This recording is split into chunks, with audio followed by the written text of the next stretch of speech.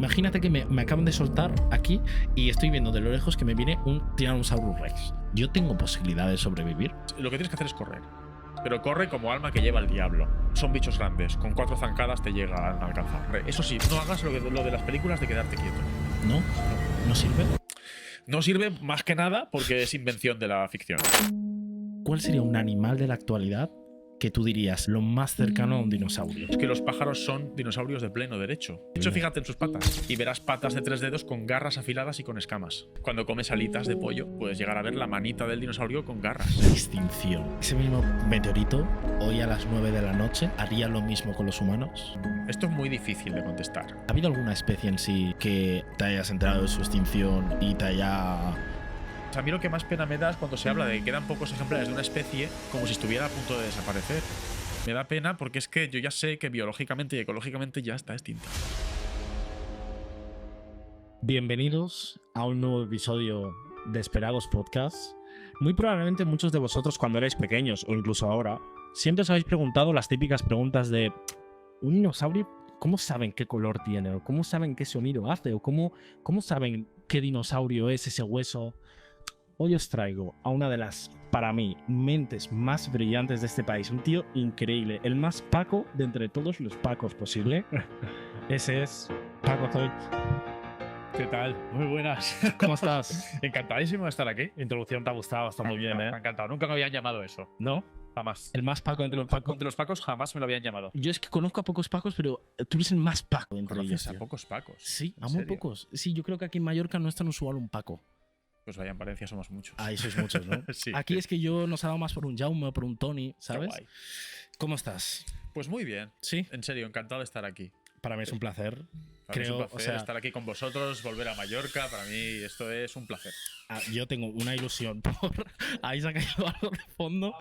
Tengo una ilusión por este episodio increíble, porque yo creo que a la gente que de verdad le interesa hoy aprender, hoy van a aprender de un montón de cosas. De verdad, ¿eh? O sea, y lo van a disfrutar como niños pequeños o como adultos. A ver, yo espero que disfruten más que aprendan. Que a ver, como docente y como divulgador, yo me encanta que la gente aprenda, pero yo lo que más ansío es que la gente lo disfrute, que la gente se lo pase bien, porque se asocian otras disciplinas fácilmente con el gozar, con el disfrutar, con el pasarlo bien, pero parece que con ciertas ciencias y humanidades parece que cuesta, ¿no? Entonces yo lo que siempre busco es que la gente que se quede con ganas de más y que se lo pase muy bien, que se les pase el tiempo volando. Sí, de hecho hay mucha gente que piensa que es como incompatible, ¿no? Como que si aprendes, siempre hay como sufrimiento detrás. Quizás porque estamos acostumbrados a una manera de educar que ya hablaremos, pero como que sí o sí, si aprendes, ¿no? De geografía, de historia, de paleontología, de arqueología, como que sí o sí tiene que ser algo aburrido o algo que te cueste o algo, pero yo creo que tú justamente con tus canales y con tu forma de un poco de divulgar, porque eres divulgador, has conseguido como darle ese enfoque, ese toque de enseñarte algo, pero hacer sobre todo que lo disfrutes y que te guste. Pues me alegro que digas eso. A ver. Porque al final lo que pretendo precisamente es ni más ni menos lo que tú has dicho, ¿no? Que la gente pueda llegar a disfrutar. Y ya no solo disfrutar, sino que lo vean como algo normal, cotidiano. Yo siempre digo lo mismo. Científicos y científicas hay en todas partes. Es que igual te estás cruzando con vecinos tuyos que van a hacer la compra al mismo supermercado que tú. Y igual alguno de ellos es una física cuántica, un historiador, o vete tú a saber qué. Y son gente tan normal como tú, como yo y como nuestros padres y madres. Entonces, que dejemos de ver todo esto como un mundo raro, ¿no? Y a las personas que nos dedicamos a esto como bichos raros, ¿no? Claro. Que dejemos de verlo porque somos gente normal. Yo, mira, un poco para introducir, lo primero que te quiero preguntar es, aquí hay una pequeña duda entre Sí. un paleontólogo que busca cosas en la Tierra, busca dinosaurios, un arqueólogo, ¿qué diferencias hay? O sea, Sí. exactamente, ¿qué nos puedes explicar? ¿Cuál es tu desempeño? A ver, al final, aunque somos, como tú has dicho, somos personas que nos dedicamos a buscar cosas y parece que estamos excavando bajo tierra en todo momento, al margen de eso, lo que hacemos es buscar objetos diferentes con objetivos diferentes. Las personas que se dedican a la paleontología lo que hacen es reconstruir la historia de la vida en la Tierra. Y eso incluye todas las formas de vida posibles, desde nuestros propios ancestros hasta las primeras bacterias. Y eso significa que hay muchos tipos de estos rastros, de estos seres vivos, que son lo que llamamos fósiles, Claro. que nos dedicamos a ello. Parece que siempre lo asociamos con dinosaurios, pero los dinosaurios son uno de tantos grupos de animales que ha habido. Y los animales son un grupo más de seres vivos. Entonces, al final, un paleontólogo, una paleontóloga lo que hace es reconstruir la historia de la vida. Mientras que las personas que se dedican a la arqueología lo que hacen es reconstruir las sociedades humanas, las culturas humanas. Entonces, todo rastro material que nos ha dejado una cultura humana es un objeto o es objeto de estudio de la arqueología, mientras que cualquier resto de cualquier ser vivo del pasado es algo a lo que se dedica la paleontología.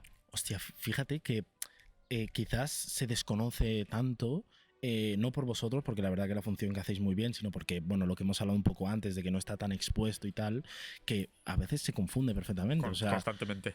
A ti te habrán llamado arqueólogo o a otro que es y al revés sí, todo el sí, rato. Sí, constantemente. Pero es normal, ¿eh? Yo es una cosa que me la tomo muy a buenas, ¿no? Me lo tomo con humor, porque al fin y al cabo también es verdad que, por ejemplo, hablando ya de paleontólogos o paleontólogas, no nos pasamos la vida en el campo excavando, pero la imagen mental que se tiene de nosotros es que estamos excavando, y de los arqueólogos también, con lo cual estamos hurgando en el suelo, Claro. estamos desenterrando cosas, y es normal que se confunda la gente. Y de hecho tenemos la mala costumbre de que hay ciertos yacimientos y ciertas edades en las que además colaboramos. En los yacimientos en los que estamos excavando restos, digamos, de humanos prehistóricos, primitivos, de nuestros ancestros, ahí sí que tenemos rastros tanto de estos propios humanos como de la fauna de la que se alimentaban, que son fósiles porque son antiguos, tienen más de estos 10.000 años de la última glaciación. Pero por otro lado, estos primeros humanos, o estos ancestros nuestros, también tenían su cultura y la expresaban a través o bien de arte rupestre, o bien a través de fabricación de herramientas con piedra o con hueso, y eso entonces hace que también haya arqueólogos trabajando en ese proyecto. Entonces hay veces donde encima que nos confunden es que encima trabajamos juntos y Claro. podemos estar en el mismo yacimiento trabajando. Sí, Entonces es habitual. a mí me gusta porque vuestra función es tan concreta, digamos, digamos, está un poco alejada de lo que uno suele ver en su día a día, ¿no? Porque, por ejemplo, yo nunca me he cruzado con un paleontólogo. Sí, seguro. Ahora ¿Sí? mismo. Ah, bueno, claro, ahora sí. No, pero la cosa es que no puedes saberlo si te has cruzado con un Es verdad, paleontólogo. claro, pero a eso iba, que cuando te cruzas a lo mejor con un, bueno, yo no te voy a decir influencer, pero cuando te cruzas con alguien que quizás tiene como que se dedica a algo, digamos, que vemos en nuestro día a día, algo más común, que ves en programas de televisión o esto, sí que te das más cuenta. Pero digamos que tenemos como esa visión de que los paleontólogos están como en otro mundo. Porque ellos Sí, ¿no? están en el mundo de los dinosaurios y de la antigüedad, Sí. y nosotros estamos en las grandes ciudades. Pero Claro. esto, en realidad, estáis con nosotros metidos. Exacto. Y además, lo que te decía hace un momento, parece que tenemos la imagen mental de que estamos siempre en el campo excavando, cuando esa es una de las muchas tareas que podemos llegar a desempeñar. Hay incluso personas que trabajan en paleontología que nunca pisan en el campo, porque su trabajo es puramente teórico, o trabajan en colecciones de museos. La mayor parte del año ni siquiera pisamos el campo. Yo soy un enamorado del campo. A mí el trabajo de campo me lo quitas y me estás matando. Eres un señor de campo, Soy ¿no? un señor de campo. Pero aún así, la mayor parte del tiempo yo estoy en casa trabajando desde mi despacho, dando clases, preparando conferencias, escribiendo libros, y hay mucha gente que se dedica a docencia, hay gente que se dedica a trabajar en colecciones de museos. Entonces es posible que incluso podría darse el caso de que te hubiera dado clase en el Instituto de Biología o de Geología un paleontólogo que también da clase de secundaria, o que incluso te haya dado clase de geografía e historia un arqueólogo. ¿Por qué? Porque del resto del año estamos desempeñando igual tareas, profesiones que pueden considerarse un poco más comunes, pero que entran dentro de nuestras competencias. Yo, para introducir un poco las temáticas, Sí. voy a empezar muy fuerte. Adelante. Digamos que hay mucha gente que no cree que hayan existido realmente los dinosaurios. Entonces ya entro en el barro directamente, porque esto ya es lo que hemos hablado antes de negacionistas. Yo y el barro yo y el barro nos llevamos bien. Sois amigos, ¿no? Sí. Negacionistas, que si los fósiles están preparados, que si en realidad nunca han existido dinosaurios. Tú imagínate que yo soy uno de ellos. Ajá. Y yo quiero que tú ahora mismo, a mí, y si alguien lo está escuchando, nos expliques por qué yo, lo que tú encuentras o otras personas, debería creérmelo. ¿Por qué a mí quien me dice que realmente ha habido un Tyrannosaurus Rex de 40 metros de alto, o de los metros que se han inventado, realmente? Yo, la diferencia, normalmente entre negacionistas o conspiranoicos o gente que puede intentar venderte motos o humos, es que yo no te voy a pedir nunca que te creas algo. Al final, en ciencia lo que hacemos es tener un espíritu crítico, un pensamiento crítico y buscar la evidencia. Al final, si algo sale en los libros de historia o si algo sale en los libros de ciencia, es porque hay un montón de datos que apuntan en una dirección. Y es verdad que nos hemos acostumbrado a hablar de esa dirección como si fuera una flecha, cuando en realidad de lo que deberíamos hablar es de los datos que apuntan hacia esa flecha, ¿no? Claro. Entonces, por ejemplo, del Tyrannosaurus Rex tenemos más de 30 ejemplares, parcialmente o casi totalmente completos, siempre falta algún huesecillo. Tenemos otros ejemplares más incompletos. Hasta los que son incompletos podemos decir que son del mismo animal o del mismo género, porque la anatomía comparada es algo que es a día de hoy infalible. Tú ves un hueso de un cordero y no puedes confundirlo con un hueso de un lobo porque tiene características propias, y eso es aplicable también en el registro fósil. Al final, si se ha construido esta especie de sistema de jerarquía con familias, con grupos, con géneros y especies de animales extintos, es porque aplicamos a estos restos que hemos encontrado el mismo principio que usamos para clasificar los seres vivos de hoy en día. Y si nos estamos equivocando, o si alguien se cree que nos podemos equivocar a la hora de identificar los restos que encontramos en el campo, nos estaríamos también equivocando con los restos más recientes, Claro. o con los animales actuales. Al final, lo que usamos para clasificar y nombrar especies son leyes biológicas. Al final, lo que usamos para encontrar yacimientos, valorarlos y datarlos también son principios geológicos. Si nos equivocamos encontrando un yacimiento y datándolo, también nos equivocaríamos encontrando petróleo. Si nos equivocamos identificando o interpretando características de la anatomía que encontramos en un fósil, también se estarían equivocando los patólogos a los que acudes en el hospital. Claro. Porque al final nos estamos rigiendo por lo mismo. Evidencia que se acumula y que se trata estadísticamente para ver si es significativa, y que cuando la cosa es significativa y mucha evidencia apunta en una dirección, entonces hablamos de una dirección. Esta comparación que has hecho me gusta mucho porque alguna vez te he escuchado decir lo de los forenses. Ajá. Y a mí me gusta mucho la Yo lo uso comparación. O sea, es una pasada porque realmente es una escena del crimen, digamos, ¿no? Sí, al fin y al cabo, yo siempre me gusta mucho ese símil porque a nadie se le ocurre que si tú vas andando, paseando tu perro por el parque y te encuentras de repente un cadáver, a nadie se le ocurre que tú vayas a meter mano. No vas a dejar de repente tus huellas en el cadáver, no sea cosa que te Que incrimine, te digan, claro. no sea cosa que modifiques algunos objetos de la escena del crimen que pueda hacer que el asesino quede en libertad, que no lo encuentres. No se te ocurre meter mano. Que perjudiques de alguna Claro. manera. Y al final, un yacimiento, ya sea arqueológico como paleontológico, es una escena, no de un crimen necesariamente, pero es una escena que ocurrió en el caso del arqueológico hace pues, unos cientos o miles de años. En el caso de un yacimiento paleontológico puede llegar a hacer millones de años, ¿no?, que ocurrió esa escena. Y no sabemos realmente qué es esa escena. Y tenemos que analizar cada dato que encontramos ahí. Cada dato, no solo el fósil que aparece ahí, no solo los 4 huesos o el esqueleto completo que aparece, Claro. absolutamente todo. Una cosa que también digo mucho a los alumnos es que los paleontólogos y paleontólogas no solo estudiamos los fósiles, estudiamos los yacimientos. Y es que esos yacimientos son lo que son esa especie de escena del crimen, y hasta la posición de los granitos de arena podemos saber si hay alguna corriente. Igual la corriente hizo que se acumularan estos restos de cierta manera, reconstruyes el ambiente. Toda esa información tiene que integrarse. Bueno, los forenses, cuando ven la posición en la que está el cuerpo, si ven, por ejemplo, que está delante de un edificio, cómo está posicionado, a lo mejor dicen, vale, se ha caído, se ha Claro, precipitado. cómo se ha salpicado la sangre. La distancia en la que está, a lo mejor, vale, alguien lo ha empujado, se ha tirado solo. O sea, todos los detalles cambian mucho. Además, es que fácilmente todos y todas las personas pensamos en esos casos porque hemos visto mucha tele. Todos hemos visto CSI y estas cosas, y nos imaginamos enseguida lo importante que puede ser que justo la gravilla que aparece ahí no corresponde con la zona y tiene que ser que la llevaban las botas el asesino o el responsable de algo. Nos imaginamos que cualquier dato es importante en una escena del crimen. Y en un yacimiento pasa igual. Y de ahí que seamos tan pesados siempre insistiendo en que cuando tú encuentras algo en el campo que puede ser un potencial yacimiento o un potencial fósil, que no hay que tocarlo. Claro. A nadie se le ocurre tocar Claro. un cadáver, a nadie se le debería ocurrir tocar un fósil, que sé que es muy jugoso.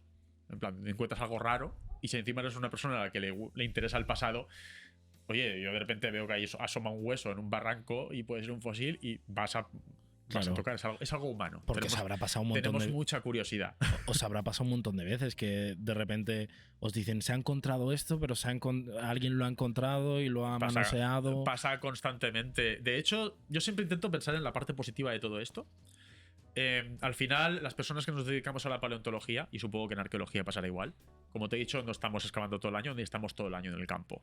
Entonces, la mayor parte de los hallazgos no tienen por qué ocurrir porque unas personas que se dedican a paleontología planifican lo que nosotros llamamos una prospección, que es una búsqueda de yacimientos. ¿Quién encuentra muchos de estos yacimientos? La gente que se pasa la vida en el campo. Forestales, agricultores, pastores. Porque además son gente que tiene el campo muy pateado y saben lo que es normal y lo que es no fuera de lo común. Y a la mínima que encuentran algo y dicen, esto tiene que ser algo antiguo, esto tiene que ser un fósil. Entonces ya acuden a los expertos. Pero la mayor parte de veces lo ocurren porque lo encuentran ellos. Claro.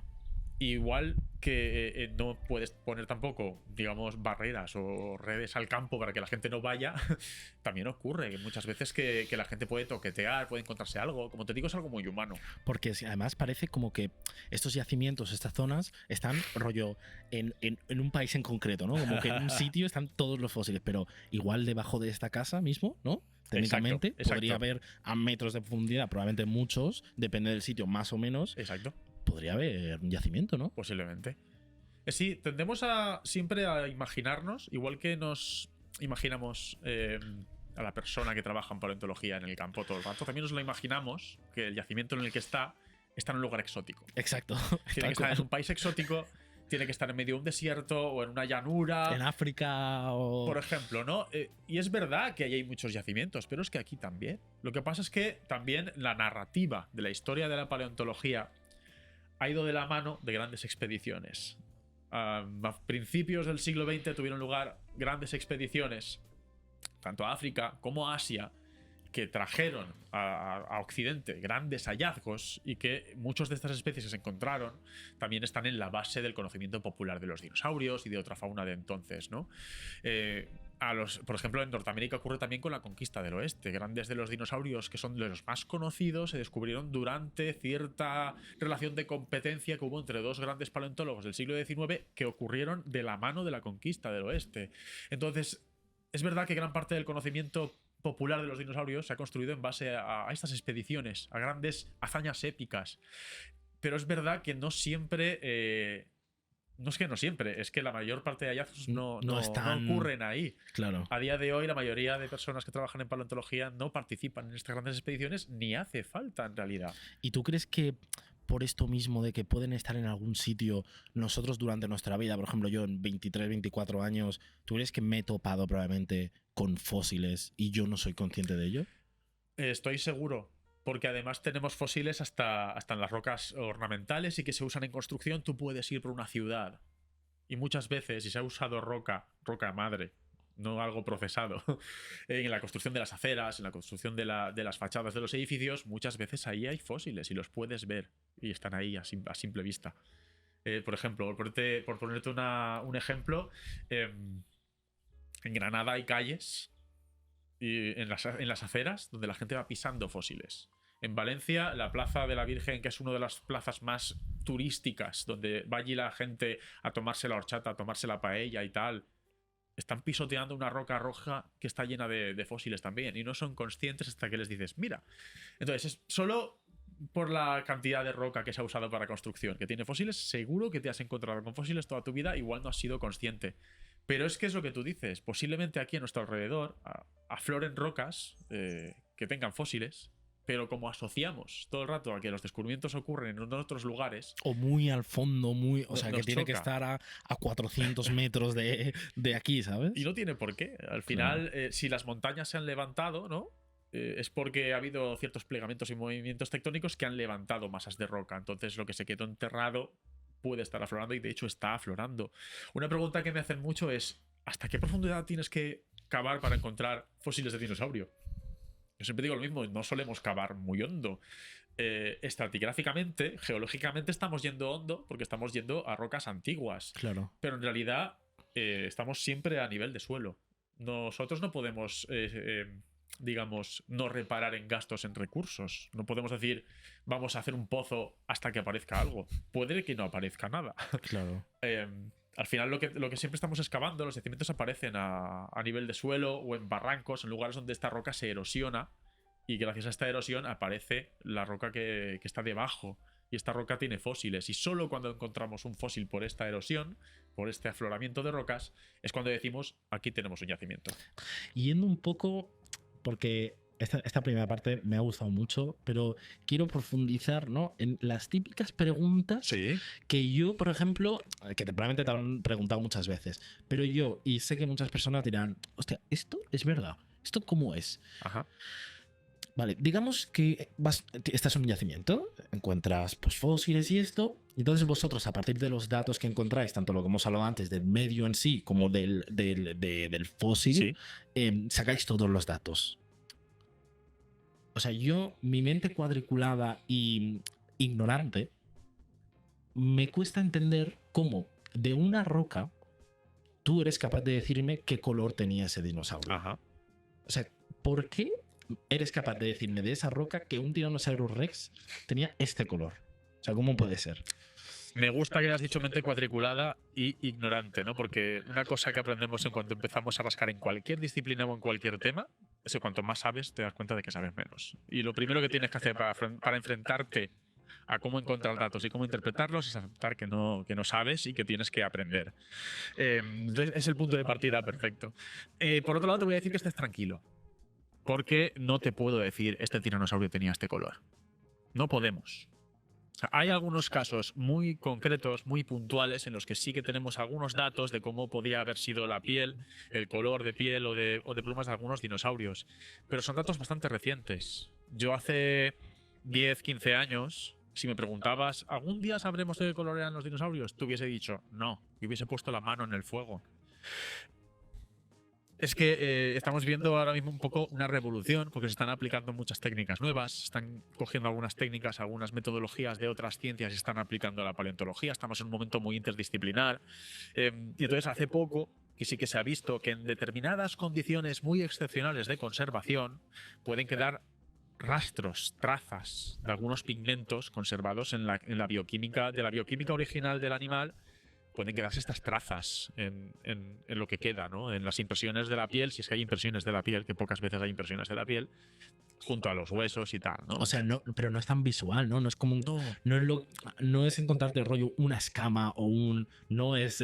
Hay algún caso sí que es más visual. Hay algunos dinosaurios emplumados que, estudiándolos al microscopio electrónico, se ha visto que estas plumitas microscópicamente conservan lo que llamamos melanosomas, que son como pequeñas estructuras que conservan los pigmentos. No es que el pigmento esté ahí después de millones de años, es que la forma de este melanosoma, la forma de este saquito, digamos, depende del pigmento que tiene dentro. Y entonces hay gente que, digamos que extrapolando la forma de estos saquitos de pigmentos, de estos melanosomas, de estos fósiles, comparándolos con los actuales, ha dicho, pues son iguales que los que son rojizos en plumas de aves actuales. Claro. Pues este dinosaurio podría haber sido rojizo. Entonces, al final, digamos, la frase entera que habría que decir es: si en el pasado, en el Jurásico o en el Cretácico, ya era esta relación igual entre la forma de estos melanosomas y el pigmento que portan, si lo que se observa hoy en día como una correlación en el pasado se cumple, este dinosaurio podría haber tenido las plumas de este color rojizo. En algunos casos, ya te digo, sí que hay rastros de escamas. Son impresiones, pero parece que se conserva, se han hecho estudios espectrográficos y demás, y parece que se conservan tracitas de la bioquímica original de estos pigmentos, pero son casos muy excepcionales. Por lo general, siempre que vamos a reconstruir el aspecto de un dinosaurio, la parte del color es una inferencia que hacemos a partir de animales actuales.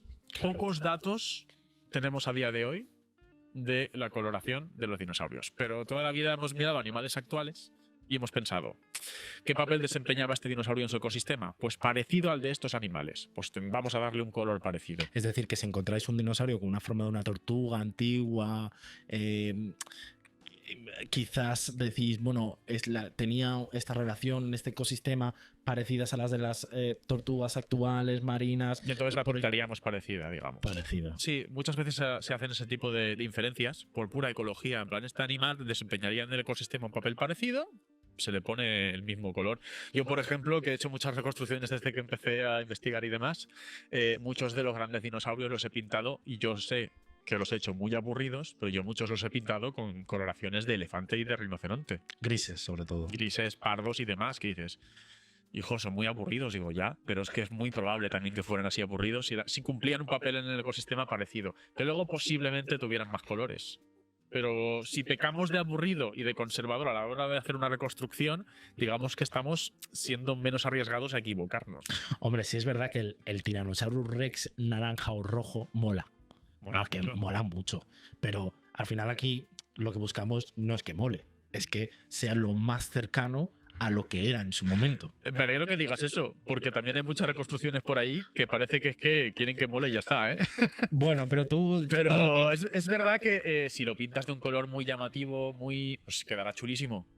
Pero sería mucha casualidad que hubiera sido así. Entonces, si eres un poco más aburrido, pues igual te equivocas menos. De todos modos, siempre digo lo mismo. En plena naturaleza, salvo que haya algo muy específico que cambie las normas, como por ejemplo los pavos reales y sus colores, que eso para el apareamiento, pues evidentemente hacen que sean muy llamativos. Claro. Pero por lo general, por ejemplo, a un depredador no le conviene tener colores muy llamativos, porque es que si no se queda sin merienda.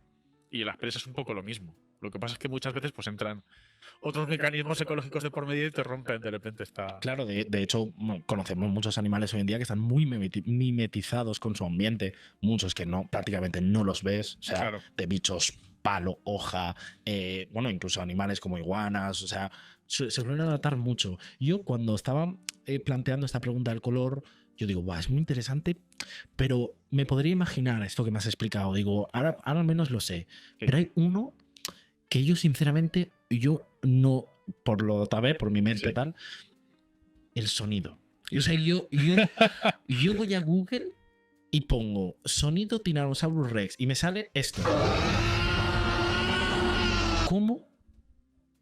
O sea, ¿cómo tú de un fósil sabes que hace ese sonido?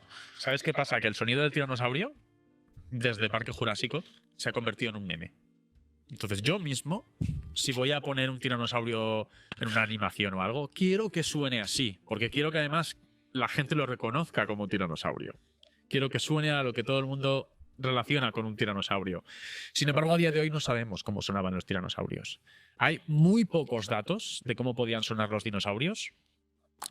Hay algunos estudios de algunos dinosaurios que llamamos nosotros hadrosaurios, son estos de pico de pato, que siempre los asociamos con ser tan pacíficos, tan buenos y tan majos, ¿no? Sí. Que unos de ellos, los que llamamos del subgrupo de los lambeosaurinos, tenían crestas. Estas crestas parecen estar huecas y estar conectadas a las fosas nasales.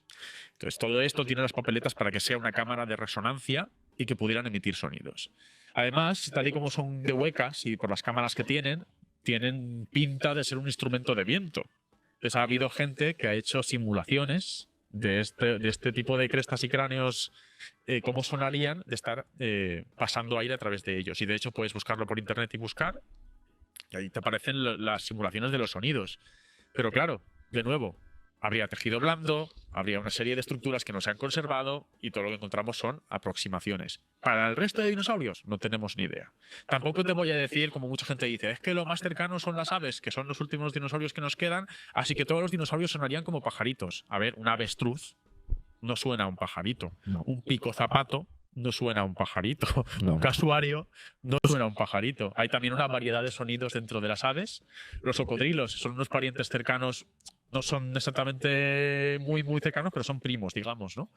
Y también emiten algunos sonidos. No es que van gritando ni ladrando por la vida, pero los cocodrilos pueden llegar a emitir sonidos. Entonces, no sabemos a día de hoy cómo podrían ser los sonidos que emitirían. Tenemos algunas pequeñas pistas de algunos dinosaurios muy concretos, pero como en la ficción hemos tenido que dotarlos de movimiento, de imagen, de color como lo da. y de sonido. Y en el caso del tiranosaurio es que se ha convertido en un meme. Es que ya nadie concibe un tiranosaurio que no suene como el de Parque Jurásico. Sí. Es que tú, por ejemplo, ¿tienes un dinosaurio favorito? ¿Qué más te guste? Esto siempre que me lo plantean es difícil de contestar, porque no me gusta acudir a los dinosaurios típicos. Tampoco me gusta responder los que yo he estado estudiando de primera mano, porque veo mucho eso, muchos paleontólogos y paleontólogas. ¿Cuál es tu dinosaurio favorito? Este, porque es el que yo he estudiado en mi tesis y me lo conozco De Pepa. de pe a pa. Me lo tengo estudiadísimo, es normal. que lo quieras mucho, y que sea tu favorito, porque lo has estudiado de primera mano. Entonces, como que intento irme a algo parecido, sin realmente decir es que estoy muy sesgado por el dinosaurio que he estudiado en mi tesis doctoral. Entonces, yo me suelo quedar con los estegosaurios, estos dinosaurios con placas y púas en la espalda. En concreto, la especie de Centrurus me gusta mucho porque he estudiado de primera mano huesos de este dinosaurio. Se encuentran muchos en España, en la zona de Teruel y de Valencia aparecen un montón. No es el dinosaurio al que yo he dedicado toda mi carrera, pero he tenido el privilegio de estudiar de primera mano fósiles de este dinosaurio, y son un grupo de dinosaurios que me son simpáticos. Me parece que son muy emblemáticos con sus placas. Biológicamente tienen su interés. A mí me parecen animales muy interesantes a nivel biológico. Así que ni para ti ni para mí. Son un grupo muy conocido. No te estoy diciendo el tiranosaurio, pero tampoco estoy diciéndote que es el que yo he estudiado en mi tesis. He buscado esa situación intermedia para... O sea, he tenido que darle vueltas a responder la pregunta. Te lo he preguntado porque a mí, por películas como Jurassic Park sobre todo, pero en general, a mí hay una cosa que me da un poco de penilla. Sí. Y es que se le ha dado como una imagen a ciertos dinosaurios. Sí. O sea, el Tyrannosaurus Rex es malísimo. O sea, cada uno tiene como un papel, ¿no? Sí, sí, sí. Y a mí me hace gracia uno en concreto, que son los Velociraptors. Ah, bueno. Los Velociraptors, que también tienen esa imagen de como te pillen, hasta luego. Sí. Pero a lo mejor luego eran majísimos. O sea, a lo mejor luego... Entonces, ¿hasta qué punto, o sea, qué nos dice la ciencia sobre su comportamiento y cómo lo podéis saber a través de lo que encontráis? El comportamiento es una de las grandes fronteras que tenemos en paleontología. ¿Tenemos fósiles de comportamiento? Pocos. Porque los fósiles no solo son los restos directos de los cuerpos de los seres vivos, sino también su actividad. Por ejemplo, las huellas. Las huellas de los dinosaurios o de cualquier tipo de animal también son fósiles. Y hay gente que dedica todo su tiempo de investigación y toda su carrera a estudiar estas huellas y estos rastros. En ese sentido, son una aproximación al comportamiento y al animal vivo. Porque cuando estás estudiando un esqueleto, estás estudiando lo que queda del animal muerto. Murió y por eso tienes este fósil. Pero con las huellas estás estudiando algo que dejó el animal en vida. Entonces es una aproximación al comportamiento del animal. Pero ¿qué pasa? Que está también muy limitada. Tenemos pocos rastros. Tenemos estas huellas, estos rastros, que la mayoría de veces pues, estarían andando o corriendo, pero pocos comportamientos más complejos se pueden llegar a ver. Hay veces que se ven yacimientos de huellas en los que parece que las crías, o al menos los individuos más pequeñitos, irían en el centro, y se ha propuesto que igual las crías iban en medio cuando eran especies que iban en grupo o en familia, y que las crías irían protegidas en medio. Pero tampoco puedes poner la mano en el fuego para saber que eso era así. Podían ser perfectamente otra cosa, sí. Entonces, el comportamiento es algo que está ahí pendiente. Por ejemplo, algo tan simple como que los raptores y todos estos parientes suyos cazaran en manada. No estamos seguros. Hay algunos yacimientos donde aparecen varios individuos juntos. Eso se ha interpretado como que podían vivir en grupo, cazar en manada y que se quedaran atrapados juntos. Pero también puede haber otro tipo de explicaciones, como que fuera una trampa natural. Muchas veces en la naturaleza hay agujeros, hay simas, se caen animales, acuden los carnívoros y los carroñeros al olor de la carne y al oír a un animal agonizando y van cayendo. Entonces, hay muchas explicaciones. Y ahí entra también ese estudio forense de los yacimientos. Es decir, no podemos de repente quedarnos con la explicación primero que nos gusta. Claro. Aquí hay un montón, ¿vivían todos juntos? Pues igual no, habrá que estudiarlo en profundidad. Al margen de eso, evidentemente sí, les hemos dado una especie de roles. A los dinosaurios popularmente, en la cultura popular, les hemos dado roles. Al tiranosaurio lo vemos como invencible, más que como malo. Yo diría que es una especie como de algo que está por encima de todo. El mejor, ¿no? ¿Qué más daño hace? Puede ser el que más daño hace, pero también puede ser el que te salve el culo en el último momento, ¿no? Sí. Como en las películas. Sí. A los raptores también se les ha dado, últimamente ya con las últimas secuelas que se han hecho, se les ha dado otro cáliz, otro aspecto de que son inteligentes, de que podrían aprender y demás, que tampoco podemos estar seguros de ello. Podrían ser más inteligentes que la mayoría de ellos, pero hasta ahí, de ahí a todo lo que vemos en las películas, evidentemente hay un salto de la magia del cine. Claro. Pero la típica imagen de los raptores que teníamos, sobre todo con las de los 90, de que eran máquinas de matar, o sea, acudimos a las novelas de Crichton y vemos que eran animales aberrantes porque se habían criado sin madre, sin padres, sin nadie de quien aprender los comportamientos, ¿no? Entonces, hay veces que tenemos que acudir a la fuente de la ficción para ver por qué el meme o por qué la imagen se la hemos dado en la cultura popular.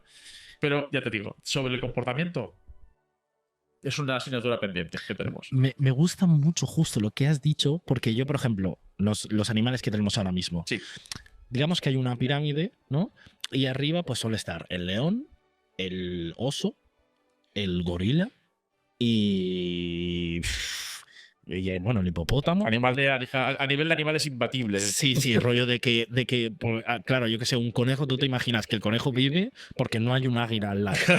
Claro. Por eso está vivo. Claro. Pero un león está ahí, pero no me imagino. No te imaginas que nadie le ponga en peligro a él. Exacto, ¿no? Que a lo mejor, yo que sé, a lo mejor uno solo le mete una hostia y se lo carga. No debería. A nivel de dinosaurios, tú, ahora que has dicho que el Tyrannosaurus Rex le damos como esta imagen de que es, pero en realidad también existe como esta pirámide, entiendo que sí, pero arriba del todo, exactamente, ¿quién estaría?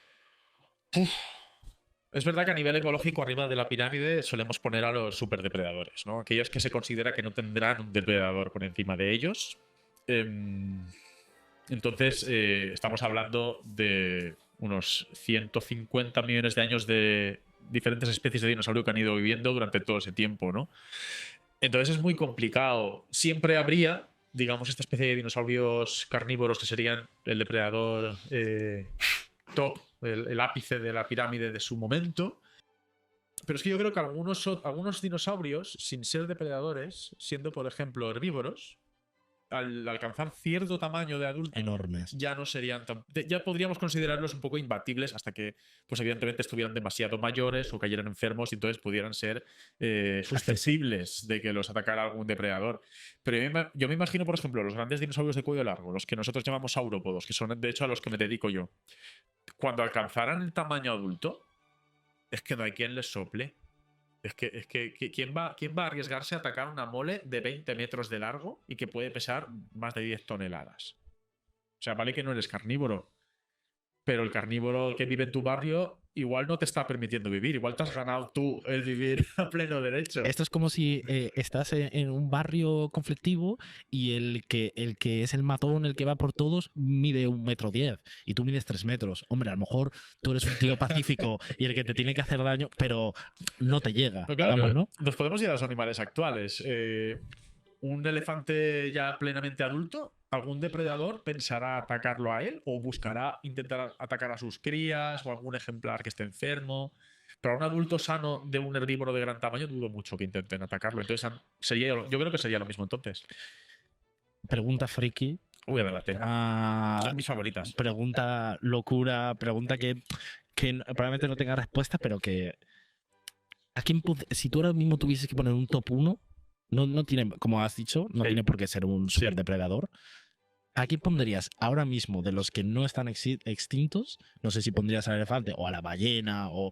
Imagínate que todos pudiesen luchar entre ellos. Rollo, la ballena... Como si esto fuera un documental del Discovery. Exacto. La ballena contra el elefante. Rollo, ¿sabes? ¿Quién estaría vivo al final? Como un Battle Royale. Y también entre los dinosaurios. Buah, esto es muy complicado. Porque depende de dónde los pones a luchar. ¿Dónde los pones a luchar? Ah, claro, si es en el mar... O si es en el mar, evidentemente todos los animales marinos ganan. Si es en tierra, si sueltas a la ballena encima del elefante o encima del león, pues también. Entonces, es muy complicado de responder. Es muy complicado de responder, ¿eh? ¿Tú qué dirías? Rollo, vale, vamos a imaginar... Es que encima...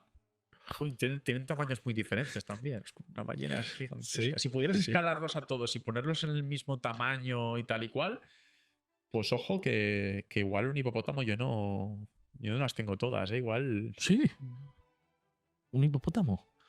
Es que no son tan grandes, pero imagínate que te encuentras con un hipopótamo del tamaño de una ballena, ¿no? no sobrevives, ¿eh? Sí. Es que encima luego también está el factor de los depredadores los tenemos siempre como muy demonizados y que van a poder con todos porque se dedican a matar, porque matan para vivir, porque tienen que alimentarse de otros. Pero es porque tienen que alimentarse de otros. Entonces... Sí, pero esto que me acabas de decir me ha gustado mucho porque quizás hay animales pequeñitos que si tú los escalas... Hombre, los insectívoros, ¿sabes lo que son? Son unos mamíferos muy pequeños, como por ejemplo pues las musarañas, los erizos. tú ves las mandíbulas y los dientes que tienen. Es una locura. O sea, unos dientes afiladísimos que dices, esto si fuera de un tamaño grande, Considerable. te causa pesadillas, macho. Te causa pesadillas. Así que es verdad, hay animales pequeñitos que si los pusieras a un tamaño mayor, saldrías corriendo. Porque una rana de 40 metros de alto También daría canguelo. Hostia, es que quizás la pirámide está hecha también, que en realidad sí, porque si te fijas, Sí, está claro. hecha por tamaños, ¿eh? También. Porque abajo está la hormiga y el 100 pies, y arriba está... ¿Y de los dinosaurios qué? Porque Los claro, dinosaurios. me ha gustado mucho el que has dicho, el cuello largo, Sí. que es verdad. O sea, es que ¿quién va a poner? Claro, yo los veo bastante imbatibles cuando son adultos. Pero no sé. Pero si los escalas a todos, quizás hay un velociraptor o un... Bueno, tú los debes conocer mucho más. Alguno quizás de un tamaño más pequeño que escalándolo, ¿no? Imagínate todos al tamaño de un cuello largo. Pues mira, yo casi que creo que me quedaría con los anquilosaurios. Son herbívoros, son acorazados completamente. Y encima los del subgrupo de los anquilosáuridos tienen al final de la cola una maza formada por Hostia, placas de ¿verdad? hueso. O sea, eso te tiene que reventar. Un arma, ¿eh? O sea, un bocado te mata. Pero es que eso, como te dé ese Mjolnir en la cabeza, Es un arma de destrucción, ¿eh? Lo parte lo que sea. claro. O sea, yo recuerdo cuando era crío que veía algunas ilustraciones en los libros y me acuerdo una vez que vi una ilustración en la que habían representado a un anquilosaurio dándole con la cola, con la maza, a un dinosaurio carnívoro, no sé si era un tiranosaurio o algo parecido, y partiéndole la pata. Y ahí te ponía el texto de que estaba condenado. Ese dinosaurio carnívoro ya estaba condenado porque ya no podía andar y se iban a alimentar de él otros carnívoros. Y de repente me dio una impresión de crío. En plan de, ¡oh! Eso es una de las pocas veces que siendo crío y leyendo textos de dinosaurios, dices, madre mía, esto. O sea, que no son en plan, mira, animalitos que vivían en el pasado, qué guay. No, que parece una guerra, Que ¿eh? de repente dices, ¡buah! Que se me ha revuelto las tripas, ¿eh? Me ha ocurrido pocas veces. Otra vez fue cuando salió un estudio acerca de la mordida del tiranosaurio. Esto me pasó hace poco, ¿eh? Ya era mayor. Pero estaba leyendo un artículo sobre la mordedura del tiranosaurio y ponían que había estudios biomecánicos que se habían hecho con simulaciones que parecían sugerir que un tiranosaurio podía haber partido carne y hueso de un bocado. O sea que básicamente podía potencialmente cerrar las fauces sobre otro dinosaurio y arrancar bocado, aunque hubiera hueso por medio, ¿no? Y claro, cuando lo leí, igual era una exageración, es un estudio, ¿sabes? Hay muchos sesgos de por medio, pero cuando lo leí también fue como que me dio un escalofrío de decir, Es devorar, esta ¿eh? gente va en serio, ¿eh? O sea, tú literalmente está eliminando un espacio. Es el rollo de... Imagínate que puedes pegar un bocado a esta mesa y llevártela como si fuera una galleta. Es que da cosa, ¿eh? Hostia, güey. Es increíble cómo nos damos cuenta. O sea, yo ahora mismo me estoy dando cuenta de lo primero que has dicho cuando hemos empezado el podcast. Cuanto más sabes, menos sabes. Sí. Porque yo ahora mismo, de saber poco, tenía como pequeñas conclusiones, ¿no? Lo típico. Que por saber poco, dices, esto es así. Tiranosaurio Rex es el mejor. Más sabes es peor. Y ahora dices, claro, es que yo muchas veces he visto vídeos de una jirafa que le mete un ostión a una leona o a un guepardo que por lo que sea le ha atacado esto y que lo dejaba cao. O sea que ya no es que sea carnívoro, que sea depredador, superdepredador, sino el tamaño, el momento, la razón. O sea, hay muchas causas que pueden cambiar las reglas del juego. Y el resultado final. Sí. Ya te digo, esa ilustración del anquilosaurio golpeando y condenando a muerte a un tiranosaurio, a mí de que yo me dejó patidifuso. Imagínate que hubiese un 100% de todos los fósiles que existen ahora mismo, tanto encontrados como no encontrados. Sí. ¿Qué porcentaje hemos encontrado, tú crees? Esto es muy difícil de estimar porque ni siquiera podemos llegar a estimar lo que nos queda por saber, cuántos habrán conservado. Igual conocemos un 10% de lo que podríamos haber conocido. Igual. Lo estoy diciendo así porque me ha venido el aire de la brisita esta tan buena que tenemos. Sí. He venido de repente y he dicho un 10. Podría haberte dicho un 15, podría haberte dicho otra cosa, pero que ni la mitad. Porque claro, lo que te he dicho antes, para que llegue a fosilizar algo Claro. y después para que llegue a aflorar, habrá fósiles enterrados bajo tierra que por casualidades de la tectónica y de los pliegues de las rocas no han llegado a aflorar, o otros que han aflorado y se han erosionado y se han convertido en polvo que ha acabado otra vez formando parte de la arena de las playas. Entonces, Y claro, al faltar tanto, realmente no tiene por qué ser todo ya cosas que ya hemos visto. claro, O sea, puede haber un superdepredador que aún no conocemos, que es el que, si yo te hiciese esta pregunta de aquí 30 años al descubrirlo, me dirías ese, claro. que quizás no hemos descubierto aún, ¿no? Por eso me hace mucha gracia cuando yo era crío y decía que me quería dedicar a esto, porque yo he sido uno de esos niños. Había gente que me decía, pero sí ya se ha descubierto todo. Y cuando realmente conoces un poco cómo funciona la ciencia y en concreto esta ciencia, te das cuenta de que no. De que queda muchísimo por descubrir. Hay muchos descubrimientos que han ocurrido de manera fortuita o casualidades, porque había gente en el lugar apropiado, porque se explotó una mina por razones concretas. También hay muchos descubrimientos que están ocurriendo ahora, por lo que te decía antes al hablar del color. De repente a alguien se le está ocurriendo juntar disciplinas, coger, relacionar, split out a los fósiles y ver qué sale. Entonces estamos constantemente aprendiendo cosas y se están descubriendo cosas constantemente. Es un aprendizaje continuo. Y fruto de este aprendizaje hay cosas que sabíamos antes que se confirman y otras que al contrario se refutan. Pero es que es así como funciona la ciencia. Por eso al final todo se resume a lo que te decía también con el tema del negacionismo y demás. Es que no te voy a pedir que te creas nada. Es que van a ser los datos y los descubrimientos los que nos van a llevar de la manita en una dirección o en otra. Que al final el que no quiere aprender, el que se cierra en banda. No, claro, tú puedes elegir creer que el mundo en realidad es un sueño de un unicornio que va borracho, y si tú vives bajo esas normas, pues el mundo es un sueño de un unicornio que va borracho. Yo he ido a una persona muy importante para mí y le he dicho que con quien voy a hacer esta entrevista. He dicho, oye, ¿tú tienes alguna pregunta? Y ya que antes hablábamos del color, el sonido, velocidad, comportamiento, hay una cosa que me dice, yo es que no le encuentro sentido. Digamos que tú encuentras un hueso. Sí. Tú antes me has dicho que hoy en día, por todos los datos que sabemos, tú puedes identificar, pues como el que identifica que ese hueso es de un lobo Sí. y ese hueso es de un oso, Claro. ¿no? Digamos. ¿Hasta qué punto de criaturas que no hemos conocido como tal, tú sabes que ese hueso es de ese dinosaurio y no es de otro que se ha modificado un poco, se ha roto un poco o le ha pasado algo y era ese hueso en realidad? O sea, ¿cómo Sí. ves un hueso y dices tal? Al final, desde el principio, desde que empezó a funcionar como tal la ciencia y empezamos a analizar el mundo bajo este prisma, siempre hemos acudido a lo que ya conocemos y lo hemos comparado. Por eso las primeras reconstrucciones de dinosaurios parecen iguanas obesas gigantes. Porque se veían los huesos y decían, son reptiles gigantescos. Pues vamos a reconstruirlos como reptiles gigantescos. Conforme se fueron descubriendo más, pues pudimos ir agrupándolos. A estos se parecen más entre sí. Esto es tal, esto es cual, ¿no? Y entonces eso ha ido construyendo una serie de, digamos, rasgos anatómicos que determinamos si son de una familia de dinosaurios o de otra y que son únicos. Al final, cuando defines especies y defines familias y demás, y son las normas de nomenclatura, la ciencia es así para muchas cosas, muy cuadriculada, son una serie de características que aparecen y que son únicas, y esas son las que definen estos géneros, especies y demás.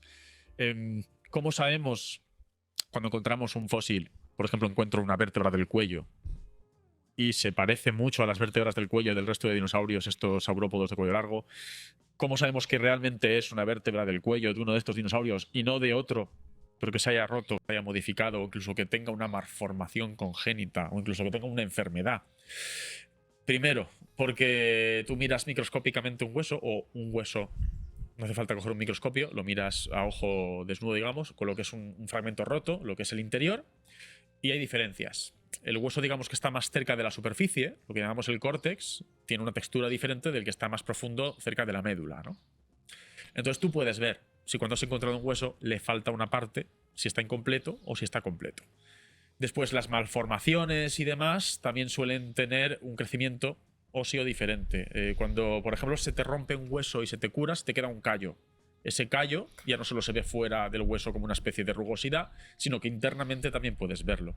Entonces, también estudiamos los fósiles, en este caso los huesos fósiles los estudiamos también microscópicamente, les hacemos incluso tags Y lo que tenemos de hecho que descartar muchas veces es que lo que hemos encontrado no sea una malformación, no sea una eventualidad de este tipo antes de afirmar que sea una especie nueva. Claro.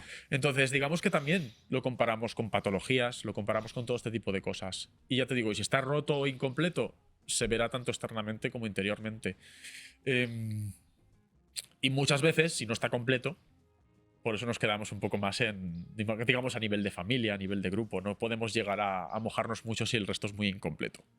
Me gusta mucho, tío, porque no está tan alejado de. O sea, parece que como que la investigación de los fósiles está como a años luz de la investigación de los animales, pero Es lo mismo. es lo mismo. A nivel, por lo menos, al nivel al que yo me muevo, que es un estudio muy biológico, porque al fin y al cabo yo soy de formación biológica y los he estudiado siempre como animales, ¿no? He estudiado su clasificación, he estudiado un poco su reconstrucción anatómica, al microscopio también he hecho estudios, con lo cual yo he hecho siempre un estudio muy biológico. También hay otro tipo de estudios paleontológicos que se centran más en su distribución en el tiempo e incluso cómo es la fosilización a nivel mineralización que ha ocurrido dentro en su interior, digamos, los procesos que ha sufrido durante el enterramiento, estudios que son un poco más de corte geológico. Y también son estudios tan geológicos como biológicos. En mi caso, yo es que barro mucho hacia mis estudios y mis estudios son todos de corte biológico. Yo es que me imagino que la gente me dirá, pero a ver, es normal que pase esto porque los animales son descendientes de los dinosaurios. Sí, claro. Es normal, pero primero de todo, antes de seguir, esto no es un dinosaurio, pero tenéis ahí abajo un botón que pone suscribirse. Si os está gustando esta entrevista espectacular, podéis ir a suscribiros. Pero yo te lo decía porque, vale, son descendientes, pero de entre las imágenes que vemos un poco ilustradas en base al perro que hemos visto antes, hay un poco de diferencia. Y esto me viene muy bien para preguntarte, ¿cuál sería un animal de la actualidad que tú dirías, esto es lo más cercano, no sé si vas a decir cocodrilo porque antes has dicho algo así, lo más cercano a un dinosaurio? O sea, que, vamos, A ver, que le falta una palmada para dinosaurio. es verdad que ecológicamente todos los mamíferos, incluidos nosotros, hemos tomado el testigo, ¿no? de los dinosaurios cuando vivían en el Mesozoico y hemos ocupado todos los nichos ecológicos que llamamos en biología. Todos los papeles desempeñados en los ecosistemas que ocupaban los dinosaurios ahora los ocupan los animales actuales. En ese sentido, han recogido su testigo. Pero sí que tenemos descendientes directos, que son las aves. Entonces, ya no es solo es que podamos decir que son lo más parecido a un dinosaurio que tenemos, es que son biológicamente dinosaurios de puro derecho. Los cocodrilos son parientes cercanos, son primos, como te he dicho antes. Pero es que los pájaros son dinosaurios de pleno derecho. Entonces, tenemos dinosaurios ahora mismo pillando sobre nuestras cabezas. Y de hecho, fíjate en sus patas. Mírales las patitas la próxima vez que tengas un pájaro o cualquier tipo de ave cerca. Y verás patas de 3 dedos con garras afiladas y con escamas. Curioso, ¿eh? Increíble, qué cerca estamos de los dinosaurios. De hecho, no sé, para la gente que coma carne, yo personalmente sí que soy omnívoro. Cuando comes alitas de pollo, si no te las dan ya completamente limpias y eres una persona que cocina, como es mi caso, puedes llegar a ver la manita del dinosaurio con garras. Puedes llegar a ver un par de las garras están conservadas en las alitas. Un par de las garritas están conservadas. Lo que pasa es que ya no están afiladas, son como púas. Sí. Pero digamos que está ahí. Y durante mucho tiempo parecía que los científicos se olían un poco la tostada, pero ahora ya está más confirmado que nunca que las aves son dinosaurios. A ver, como te veo que vas muy sobrado, No, de eso nada. te voy a... Lo que pasa es que estoy cómodo. Me gusta eso, vamos, joder, Estoy es un cómodo halago. porque este es el tema que me apasiona desde crío y tengo el privilegio de haber podido dedicarme a él, entonces estoy cómodo. Mira, me ha gustado más que ir sobrado, es cómodo, ¿verdad?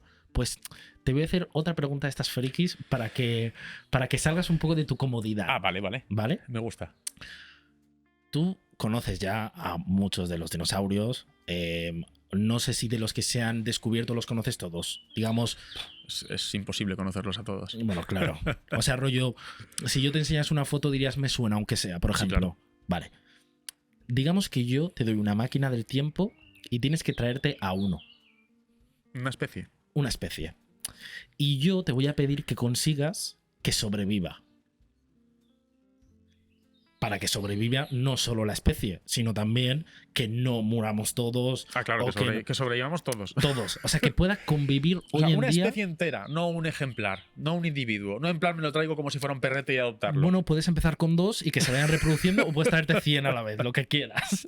Pero, ¿me entiendes? O sea, me estás poniendo el reto de que elija una especie de dinosaurio del pasado y que la traiga al presente, que convivamos todos juntos. Rollo, como el que dice que existen las tortugas, que yo te diga, existe el cleptosaurio, rollo, que tú digas, ya está entre nosotros. ¿Sabes? Que no modifique mucho. O sea, que no vaya a ser ninguna catástrofe ecológica. Que no cause que otro animal muera, que no cause que un ecosistema muera. A ver, es muy complicado porque al final los ecosistemas son todos como una especie de engranaje de un reloj, ¿no? Y hasta la especie más pequeñita cumple su papel. Muchas veces decimos, los malditos mosquitos o las avispas, ¿qué papel juegan? Pues juegan su papel, lo siento mucho. Juegan su papel y si se van al traste, nos vamos al traste todos. Exacto. Entonces es muy complicado introducir una especie sin que sea algo desastroso. Pero si me estás apuntando con un arma y me dices, elige un dinosaurio y tráelo al presente, me elegiría seguramente un Ipsilophodon. Te cuento, son animales, son dinosaurios herbívoros, así que ya nos quitamos todo el peligro de que se nos coman a nosotros o al resto de animales. Por lo tanto, son herbívoros, no son de gran tamaño, son pequeñitos, no son muy pesados, no son especialmente voluminosos, no tendrían por qué ser peligrosos. Entonces yo creo que serían un animalito bastante simpático, como para tener a unos grupetes, unas manadas en algún parque y demás. Es verdad que introducirlo sería una catástrofe, porque introducir cualquier especie es una catástrofe. Hasta nuestros gatitos domésticos, como están introducidos en todas partes, acaban cargándose a la fauna autóctona en todas partes. Entonces, podrían causar menos daño. Elegiría un Ipsilophodon. Y ahora sí, para sacar tu parte más gore. Lo contrario. Si yo te tengo que decir, imagínate que yo. Es que, de verdad, como la gente no se suscribe, le he cogido asco a la gente. Entonces quiero que me traigas a una especie que sea la que en menos tiempo vaya a causar más daño. Pero en general. O sea, rollo de que tú. Esto es una pregunta para un supervillano. Si yo te digo, imagínate que quieres acabar con. No con la humanidad, sino en general, hacer destrucción. ¿A qué especie te traerías que es la que te ayudaría a hacer mayor destrucción? Pues no lo sé, la verdad, porque algo. Voy a pensármelo. Voy a tener que enfocarlo de otra manera. En plan, ¿cuál es la última especie que habría que traerse si fuéramos al pasado? Exacto. Es complicado. Porque una característica que suelen tener muchas especies invasoras y que son una de las características que las causa, que las convierte en un peligro y que han hecho que desplacen a especies autóctonas, que acaben con fauna o flora autóctonas y demás, es la tasa de reproducción. Normalmente las especies invasoras que tienen éxito y que se comen con patatas a nuestras especies autóctonas es porque se reproducen más rápido y con mayor éxito. Normalmente, claro. No siempre, pero es uno de los factores clave. Y no sabemos cuál era la tasa reproductiva de estos animales. Pero si tuviera que elegir o tuviéramos que decir a un viajero en el tiempo, pase lo que pase, no te traigas uno de estos, habría que elegir un carnívoro para decir, si quieres que cause daño, tiene que ser carnívoro. Entonces, a ese viajero en el tiempo le diríamos carnívoro no, ni de coña. Y sobre todo... Y después habría que ver que se reprodujeran con una tasa de reproducción. O sea, tendrías que vigilar los nidos. Y aquellos que pongan muchos huevos, muchos huevos, esos no. Esos no. Si te traes carnívoros que ponen muchos huevos, nos estás condenando. Así en plan alien, ¿no? Es curioso porque ya lo hemos hablado antes, pero otra persona que quizás no sepa mucho, a mí me preguntas, y yo te digo, pues un Tyrannosaurus Rex, ¿no? Si rollo se va comiendo por ahí todo lo que pilla, ¿no? Pero no ha sido tan fácil para ti. No has dicho un superdepredador que vaya arrasando por ahí, porque es... ¿Sabes qué pasa con un superdepredador? Hombre, si lo traes jovencito, pequeñito, aún se te puede ocultar detrás de esa mata. Pero el Tyrannosaurus Rex adulto lo ves llegar. Mientras que si eliges otra especie igual de tamaño más pequeñito, igual la tienes escondida ahí detrás y no la ves. Pero es que ahora viene otra pregunta peor. Otra pregunta peor. Según lo que me acabas de decir. A ver. Si yo lo veo venir... Yo, no te estoy diciendo un militar con 12 tanques y yo, ¿qué puedo hacer? Imagínate que me acaban de soltar aquí y estoy viendo de lo lejos que me viene un Tyrannosaurus Rex. Yo, ¿qué puedo hacer? para librarme. No me digas entrar a una casa y esconderme, pero digamos que hay campo. ¿Yo tengo posibilidad de sobrevivir? Depende. ¿Tendrá hambre o no tendrá hambre? Tendrá hambre. Lo has traído hambriento. Madre mía. Lo tienes bastante complicado. A ver, es verdad que si es un Tyrannosaurus Rex adulto, es muy pesado. Es posible que corriera o no corriera, que ese es otro de los debates eternos. Tampoco podría correr mucho tiempo porque estamos hablando de animales que se estima que podrían pesar unas 9 toneladas. Aún así, aunque no corrieran mucho, son bichos grandes. Con 4 zancadas te llegan a alcanzar, ¿no? Entonces, lo que tienes que hacer es correr. Pero corre como alma que lleva el diablo. Y trata de esconderte en cualquier sitio. Trepar donde sea. No sé. En serio, ya te digo. Te diría que corrieras. Quiero decir, Sí. ¿cuál es la situación? Si corres y lo peor que pasa, ¿qué es? Que te alcanza y te come. Claro. Si no corres, ¿qué es lo peor que puede pasar?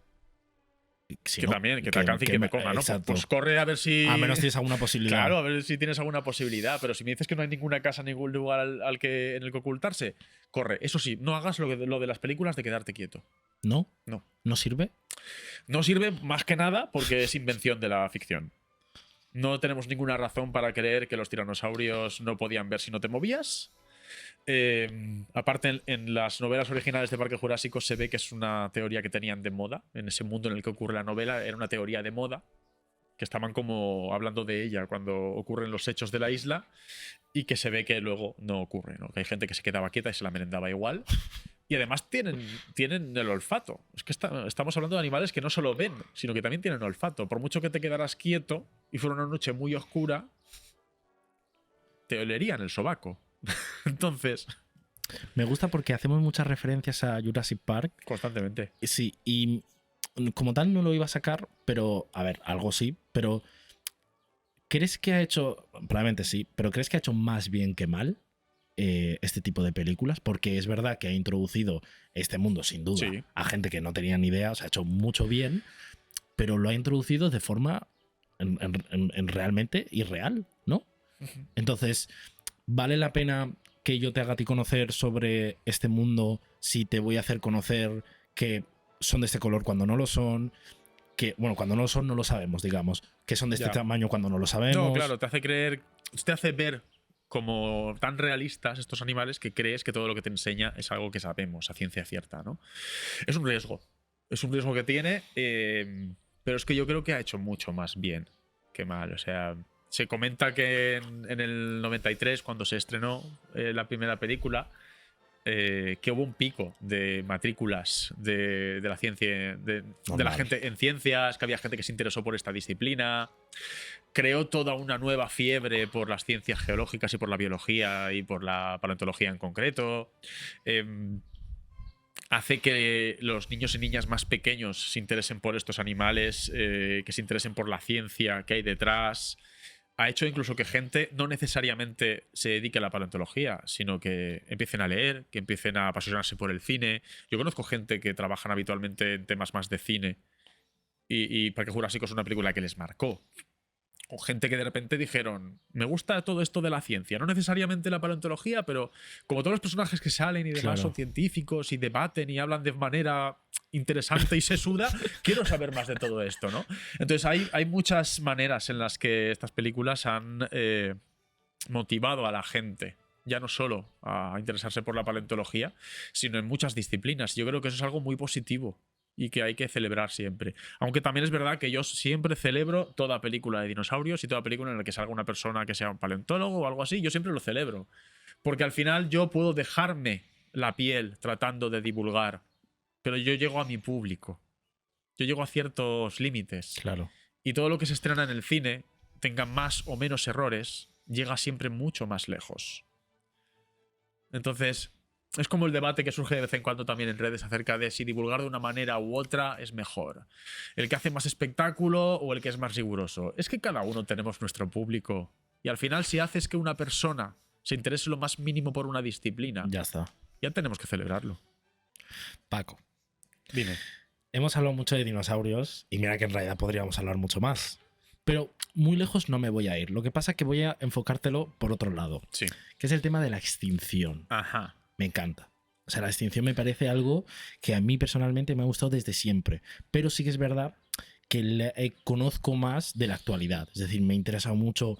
Hostia, siempre me ha dolido mucho cuando me he enterado que una especie se ha extinguido. Sí.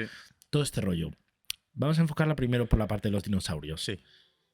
Pregúntale a cualquier persona en este mundo, ya sea tenga 3 años o tenga 60, cómo se extinguieron los dinosaurios, te va a decir un meteorito. Sí. ¿Cómo de real es que cayó un meteorito y murieron todos los dinosaurios? A ver, ¿cómo de real es? Es real. O sea, tenemos evidencia muy sólida de que hace 66 millones de años cayó al menos un meteorito. Puede que más de uno, porque pudo fragmentarse. El caso es que tenemos un cráter de esa época y tenemos residuos de elementos que se encuentran mayoritariamente en meteoritos, como es el iridio, a lo largo y ancho del planeta, justo en esa capa de esa edad. Tenemos ese residuo. Tenemos también de aquella edad en algunos yacimientos, en algunos depósitos de sedimentos, tenemos allí como marcas de haber sufrido tsunamis, de haber sufrido incendios forestales también derivados de aquel impacto. Entonces tenemos las evidencias de que el impacto fue. Tenemos el cráter, tenemos el residuo, tenemos, digamos, también efectos secundarios del momento del impacto. Perdón que te interrumpa. Sí. ¿Por el cráter te refieres al cráter del propio meteorito? Sí. El cráter de impacto está bajo el Golfo de México, bajo sedimentos del Golfo de México.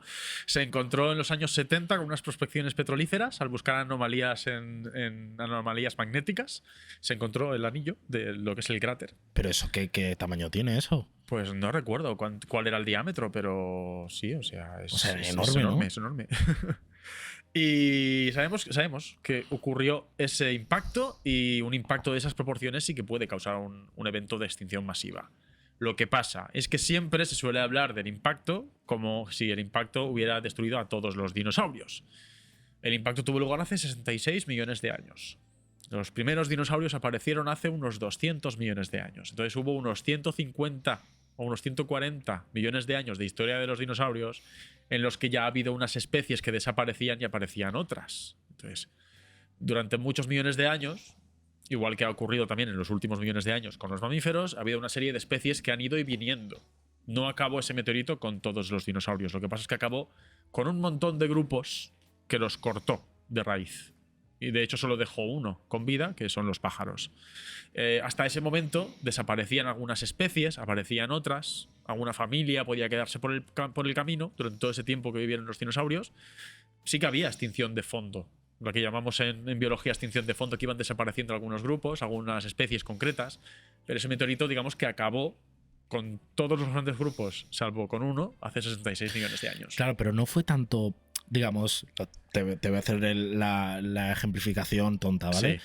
Cae la roca claro. Y la explosión hace que todo se queme y muera. Tampoco es en plan de que caiga y justo estuvieran todos reunidos y les caiga encima. Claro, para ti es absurdo, pero ponte a preguntar. O sea, en realidad claro, porque sí, y eso es un problema que hemos tenido desde la propia paleontología a la hora de comunicar cómo es el descubrimiento este, ¿no?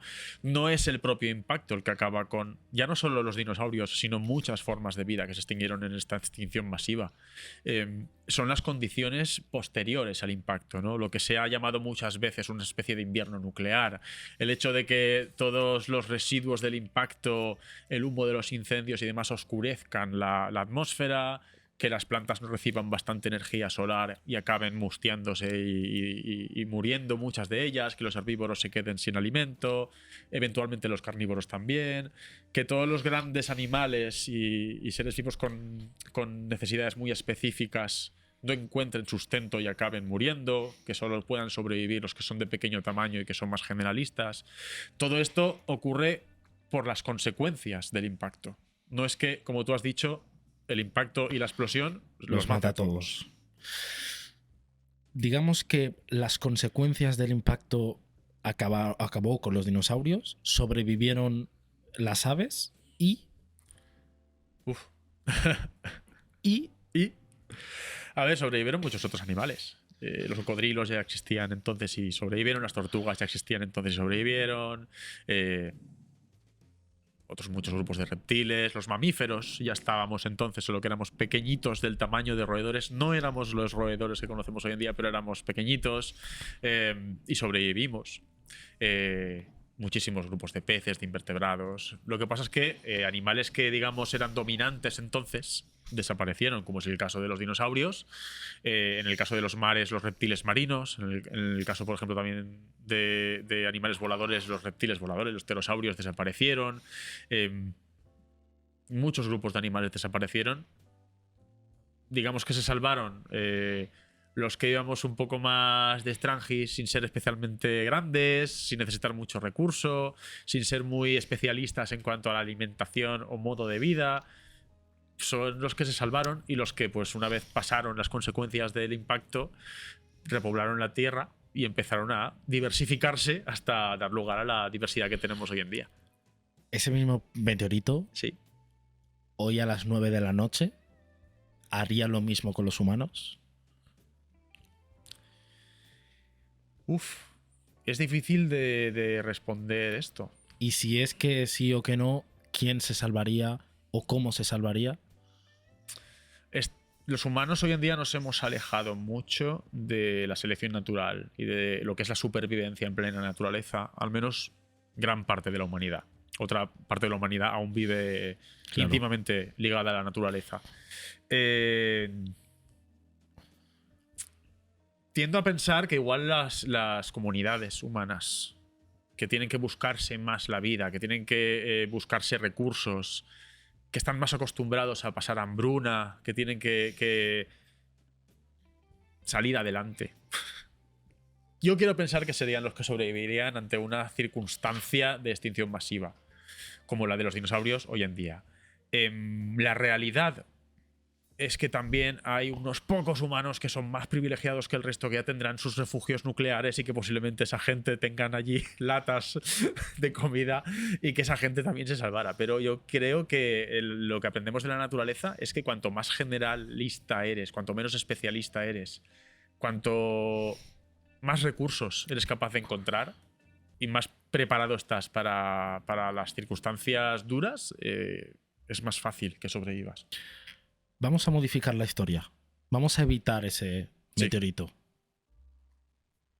Estamos en 2024. Sí. ¿Qué habría ahora mismo? Rollo, yo tendría ahora mismo el hijo del hijo del hijo del hijo de un Tyrannosaurus Rex detrás mía. No existiríamos los humanos porque al haberse mantenido los dinosaurios nunca hubiésemos evolucionado nosotros. Esto es muy difícil de contestar.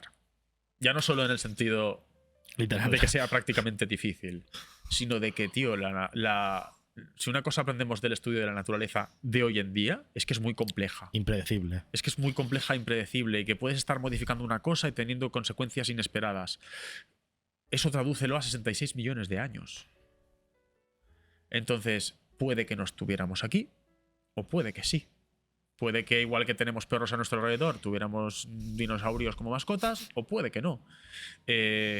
Puede que, no sé, podría ser el mundo completamente diferente a lo que tenemos hoy en día. Yo tiendo a pensar que la humanidad ha tenido mucha potra y que hemos tenido la suerte de estar en el lugar apropiado, en el momento apropiado, pero que si volviéramos a rebobinar la cinta y darle al play, no estaríamos aquí. Porque tampoco somos para tanto. O sea, al final, en los últimos años, en los últimos siglos, milenios, nos hemos crecido mucho, pero porque hemos salido adelante, porque tenemos una cosa, y es la comunidad, la sociedad. Cualquier humano prehistórico, primitivo, cualquier hominino anterior a nosotros, un ancestro nuestro, lo sueltas a él solo, en medio del campo, y no dura 2 telediarios. Pero siempre hemos estado en grupo, hemos vivido en tribus, en familias de alguna manera, ¿no? Y esa ha sido nuestra fuerza, creo yo. Que a pesar de ser una especie bastante débil, ¿no? Porque no tenemos grandes garras, no tenemos una gran fuerza, no somos un gran depredador. Sin embargo, unidos, ¿no? En grupo hemos sido bastante resilientes, creo que es la palabra. Entonces, no sé yo si no hubiese habido esa extinción, no sé yo si hubiésemos llegado donde estamos ahora. Yo creo que no. Es curioso porque nosotros somos supuestamente dentro de la pirámide de antes de inteligencia, estamos ahí arriba. Bueno, pero si nosotros somos los inteligentes y ponemos la pirámide de inteligencia, es que no tenemos abuela, ¿eh? Pero para que veas nuestro nivel, por eso te he dicho que en los últimos siglos nos hemos crecido mucho. Nos hemos crecido mucho. Exacto. Yo probablemente esté ahí arriba de la pirámide. nosotros nos ponemos ahí arriba, pero vamos a decir que todos los seres vivos de la historia, Sí. ¿eh? Sí, sí. Tuviésemos, digamos, 100 años de vida. ¿Nosotros seríamos los que más posibilidades tendríamos de sobrevivir? ¿Esos 100 años? Sí. Pero no te estoy hablando de meterlos a todos juntos en un mismo No, no, sitio, no, ya. porque ahí sí que los humanos estamos en desventaja. Sí. Pero si pones imagínate, una especie en el mismo planeta repetidas muchas veces, Sí. nuestra inteligencia nos haría sobrevivir más que un animal grande, un animal veloz, un guepardo, incluso actuales o dinosaurios. Pues no sé qué decirte, la verdad. Es verdad que nuestra inteligencia no es una cosa irrisoria, o sea, es una cualidad muy valiosa. Es verdad que nos da ciertos puntos, pero también tendemos a sobreestimarla porque es nuestra mayor fuerza. ¿Llegar a vivir los 100 años que tuviéramos hipotéticamente gracias a nuestra inteligencia? Podríamos,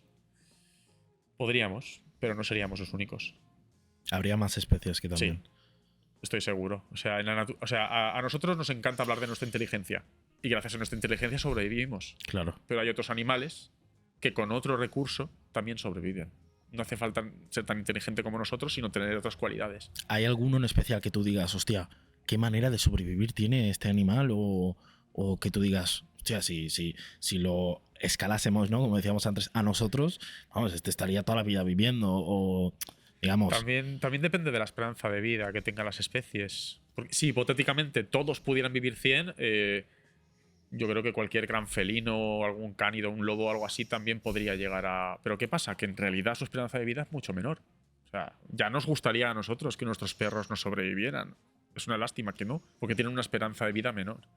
Entonces eso es algo independiente de simplemente lo que puedas estirar el chicle Claro. de cada uno. En tus años de vida, en tus 25 años de vida, En mis últimos 25 años de vida. probablemente que creo que se han extinguido especies. Bueno, creo no, se han extinguido especies. Lamentablemente sí. Mientras tú, en tu periodo, digamos, Sí. ¿vale? ¿Ha habido alguna especie en sí que te hayas enterado de su extinción y te haya... que tú digas, ¡fua! Porque claro, yo a lo mejor me entero a lo lejos de que el rinoceronte blanco está a punto de desaparecer del mundo, me da pena, pero quizás no lo vivo como tú. O sea, ¿tú has vivido alguna situación que tú digas, o alguno que esté muy cerca que tú digas, ¿Sabes qué pasa? Que tendemos, al menos en los medios, se tiende a hablar de la extinción de las especies como si ocurriera solo cuando el último ejemplar de la especie exhala su último suspiro y cae muerto? Y eso no es verdad. Un individuo puede estar vivo y su especie extinta.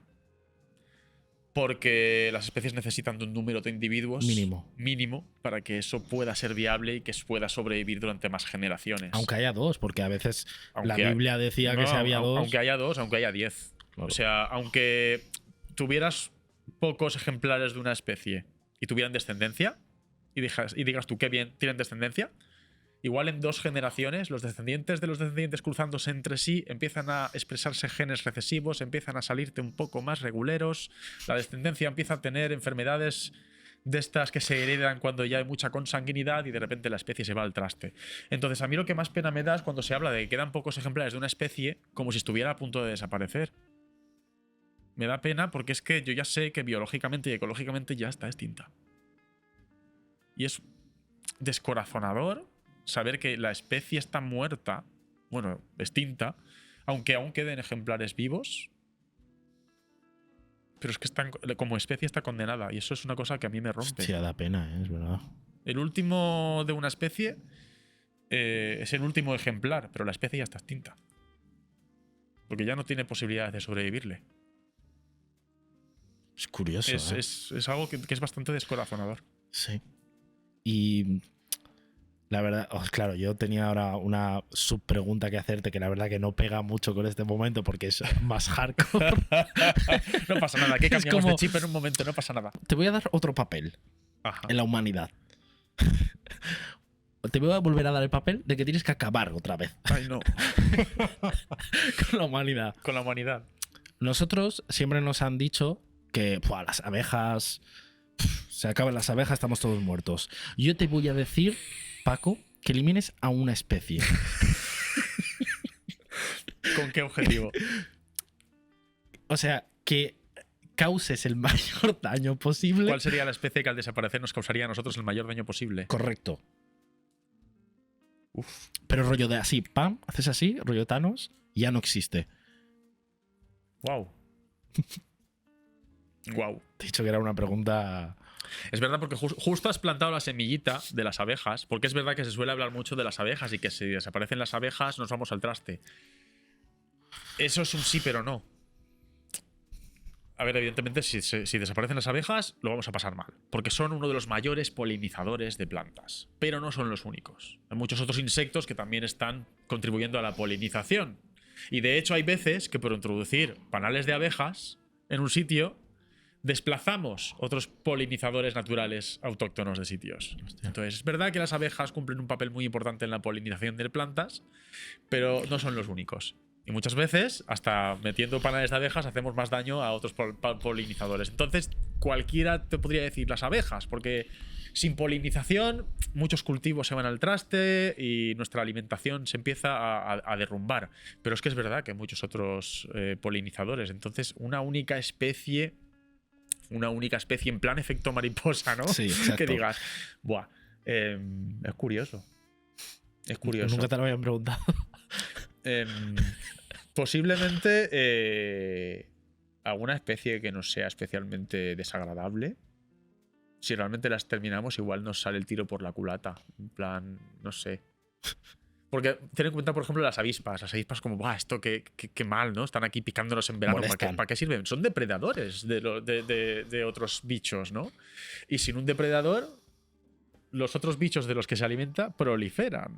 Entonces, al final, yo creo que cualquier especie, si la quitas, nos va a hacer daño. Ahora, el mayor daño posible, si desaparecieran no solo las abejas, sino también el resto de polinizadores.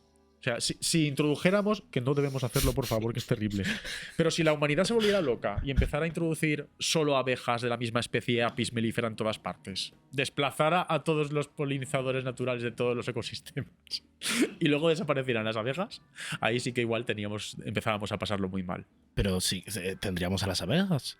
Entonces, ¿por qué tendríamos este problema? No, claro, digo si desaparecieran. Ah, las abejas también. Si por nuestra obsesión de controlarlo todo las hubiéramos convertido en las únicas polinizadoras y nos las cargáramos o desaparecieran en plantanos, ahí sí que tendríamos un problema.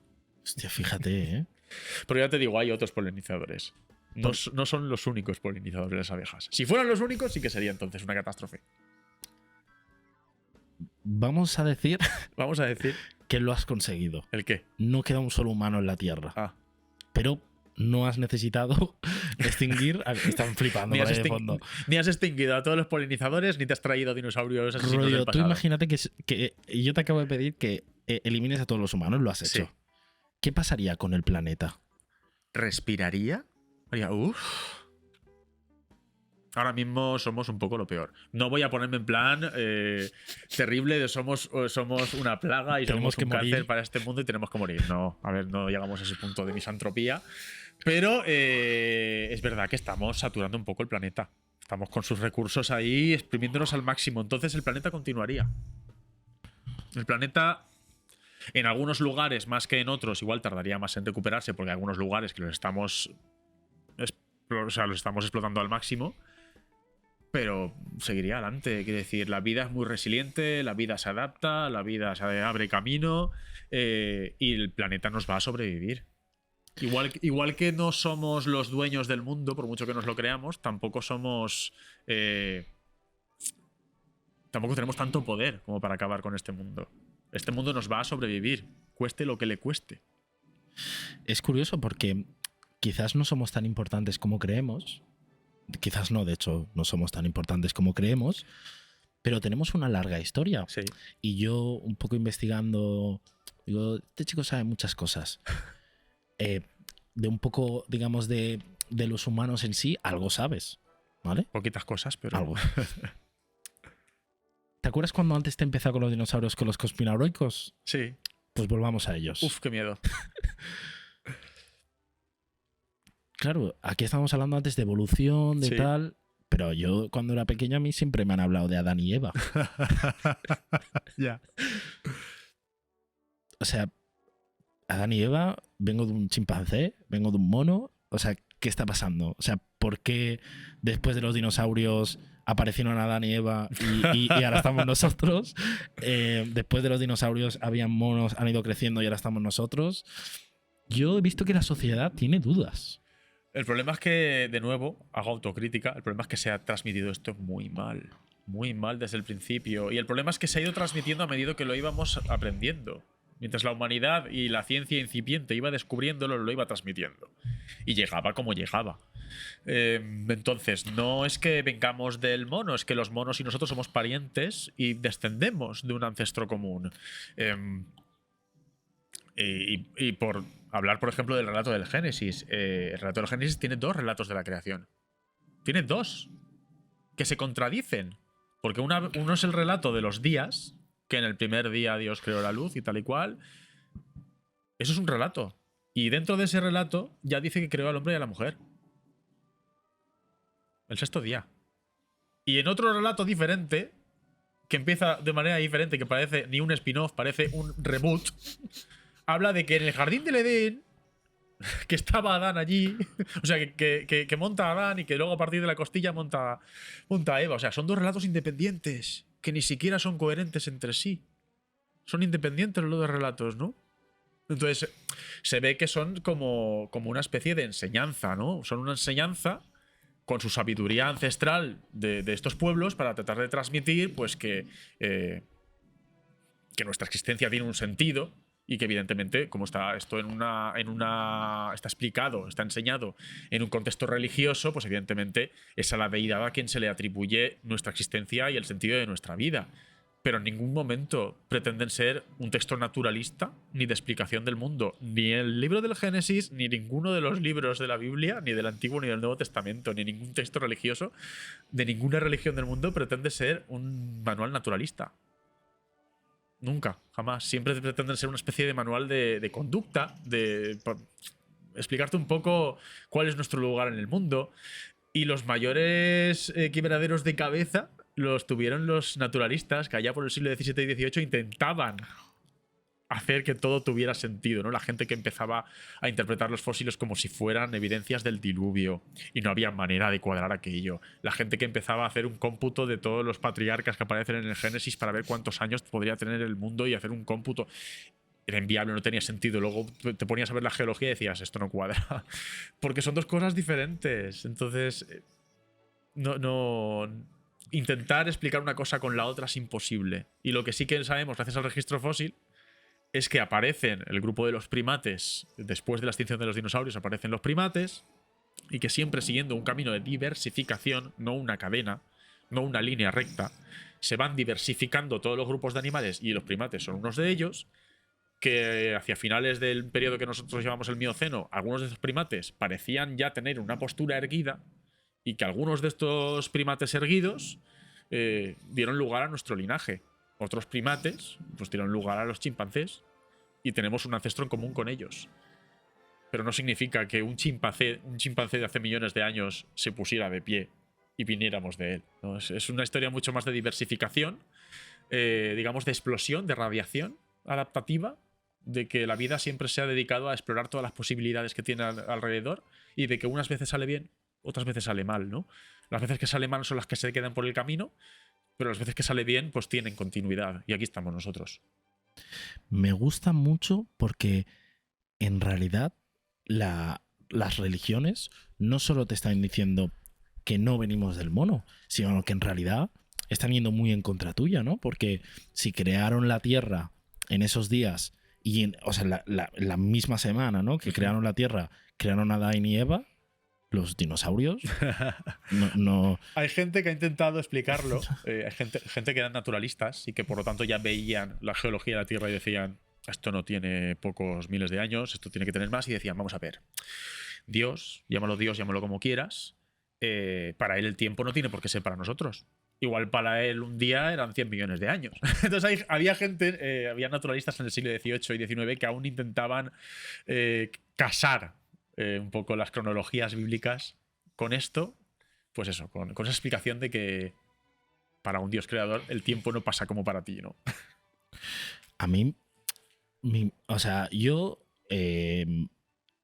siempre he estado sujeto a, bueno, a esta creencia de que venimos de Adán y Eva y de que al mismo tiempo en el colegio te enseñan pues que venimos de los monos. Pero te lo enseñan fatal.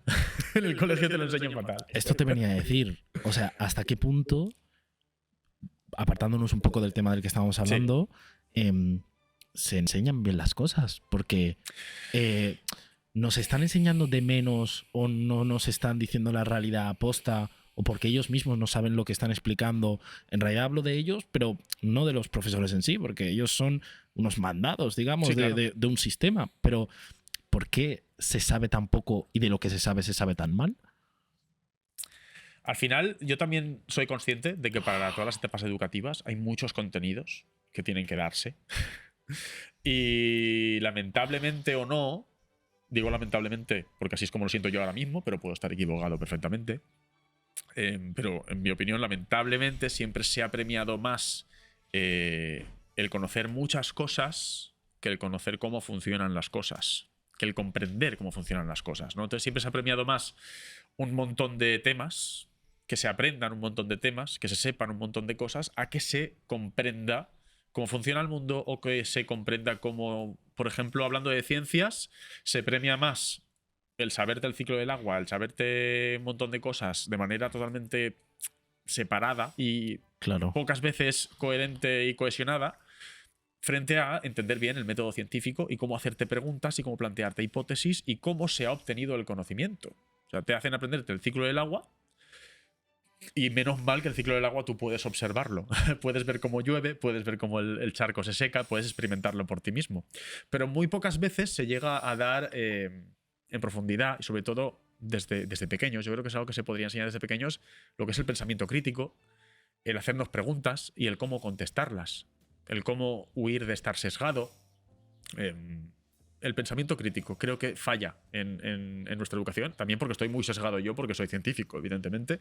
Habrá gente que habrá cosas Claro. que diga que hay otras cosas que también son importantes. Yo también creo que falla mucho una enseñanza en inteligencia emocional y en cómo funciona nuestra sociedad a nivel, por ejemplo, económico. Tú puedes ser un adulto funcional y tener una inteligencia emocional horrorosa, no tener un pensamiento crítico como para que no te la den con queso y te estén vendiendo bulos, y encima no saber hacer la declaración de la renta. Puede ser funcional esos 3 niveles y son 3 cosas que te podrían enseñar en el colegio, no cuando tienes 5 años, Claro.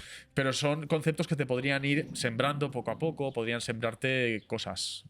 Entonces, el mayor problema, por resumir y cerrar ya esto porque se me va y me enrollo mucho, creo que el mayor problema es que siempre se han enseñado las ciencias con los resultados y no con las metodologías. Se enseña la evolución humana, pero ¿cómo hemos llegado a saber que esa es la evolución humana? ¿Quién ha encontrado esto? ¿Cómo lo ha interpretado? ¿Por qué se interpreta así? También son cosas que no se pueden enseñar fácilmente a un niño pequeño, pero se pueden ir con el tiempo explicando. Y el problema, ya te digo, es que hay muchos contenidos que dar y a duras penas nuestros profesores pueden dar abasto con ello. En esta charla te he dado muchos poderes de Sí. hacer muchas cosas y muy horribles, pero esta vez vas a hacer algo muy bueno. Ay, qué bien. Te voy a pedir que modifiques lo que quieras, añadas, quitas lo que quieras, pero que consigas arreglar, o para lo que para ti es arreglar, el sistema de la educación en España. Imagínate que literalmente te llamas Paco Pedro Sánchez ahora mismo y que te han dado el poder máximo y nadie te puede decir nada y que puedes cambiarla algo. Vale. Pues yo metería en una sala para que hicieran un nuevo sistema educativo a un montón de docentes y a 0 políticos. Y ya está. Me ha gustado mucho la respuesta, la verdad. Igual que para arreglar el sistema sanitario metería un montón de sanitarios, no solo catedráticos en medicina, sino también enfermeros, auxiliares, y que entre todos encontraran la solución. Al final la gente que se ensucia las manos es la que sabe que es lo que hace falta. O sea, que decidan un poco los que saben. Los que saben y los que lo sufren. No solo que lo saben a nivel de que se han formado, sino que trabajan con ello a diario. Y sufren sus más y sus menos, y celebran sus alegrías y lloran sus penas. Esa gente es la que sabe cuáles son las necesidades reales del sistema. Esta charla me ha encantado. O sea, ha estado increíble. Joder. Pero yo tengo una última pregunta Uf, que últimamente estoy haciendo mucho. me da la sensación de que vamos a acabar por todo lo alto. Muy por todo lo alto. La estoy haciendo últimamente, pero en ti tengo un interés muy grande. Yo me interesa mucho cómo están los invitados en su vida normal, en su salud mental, su salud física, todo. Pero hay un aspecto en concreto que siempre me gusta preguntar, que, Paco, ¿cuáles son tus preocupaciones ahora mismo? ¿Qué te preocupa del mundo, de la vida? ¿Qué te quita el sueño, si es que algo te lo quita? Buah, pues me duele mucho que se haya convertido en una moda, un pensamiento reaccionario contrario a la diversidad. Porque que una persona que provenga de otro país, que tenga otro credo, que sea de otra orientación sexual o identidad diferente a la mía, pueda ir tranquila por la calle y pueda ejercer sus derechos sin miedo a que otras personas le ataquen, eso no me quita mis derechos. Igual que a mí, poder, como persona del colectivo LGTB, ir por el mundo tranquilo porque no me van a pegar una paliza por ser homosexual, tampoco le quita derechos a una persona que sea heterosexual. Y me da pánico. Como persona LGTBI, como persona que se ha criado en un ambiente súper humilde, de que no hemos tenido recursos jamás. Yo siempre he estudiado con becas. Ver que de repente hay una especie de oleada de reacción, no sé, de ser reaccionario, a que todo lo que sean facilidades para el pueblo y para las minorías son privilegios realmente. Es que me da pánico y me da pena y me da miedo. Y yo no quiero sentir miedo. Yo no quiero salir a la calle con miedo. Yo no quiero que mis hermanas, mis sobrinas salgan a la calle con miedo. Y eso es ahora mismo lo que más me preocupa. ¿Tú sales a la calle con miedo? Normalmente no, pero porque soy un tío grande y parece que impongo físicamente. Pero hay momentos en que de ver cómo está el mundo, se te ponen de corbata y dices, es que en cualquier momento te puede pasar algo. Viendo las alas que están dando a los discursos de odio y a los discursos de quitar derechos y seguridades. Ay, no sé, da miedo, tío. Da miedo. Según qué zonas, según qué lugares, pero da miedo. ¿Qué haces o qué te gustaría hacer para combatir esta preocupación que tienes? Porque ¿hasta qué punto puedes hacer algo tú? Yo en ese sentido soy un idealista y siempre pienso en positivo y pienso que en la educación y en la divulgación está un poco la solución. El problema es que no hay más ciego que el que no quiere ver, y por mucho que tú trates de enseñar a la gente, pues lo que hablábamos, pensamiento crítico, que no te cuelen bulos, enseñarles cómo funciona el mundo y demás, si la gente elige otra cosa. Pero yo soy un firme defensor de que la educación, viajar, leer libros, la cultura y la educación al alcance de todas las personas, que sean universales, yo creo que eso, no sé si es la salvación, pero al menos para mí es uno de los caminos a seguir. Hostia, ojalá este mensaje cuele, la verdad. Ojalá, tío. Yo es que encima soy una persona que siempre he estudiado con becas, que si no es por educación pública y estas cosas, yo pues me habría dedicado a cualquier otra cosa por sacar adelante a la familia, pero yo me puedo dedicar a esto, más o menos, a lo que más me apasiona, por este tipo de cosas.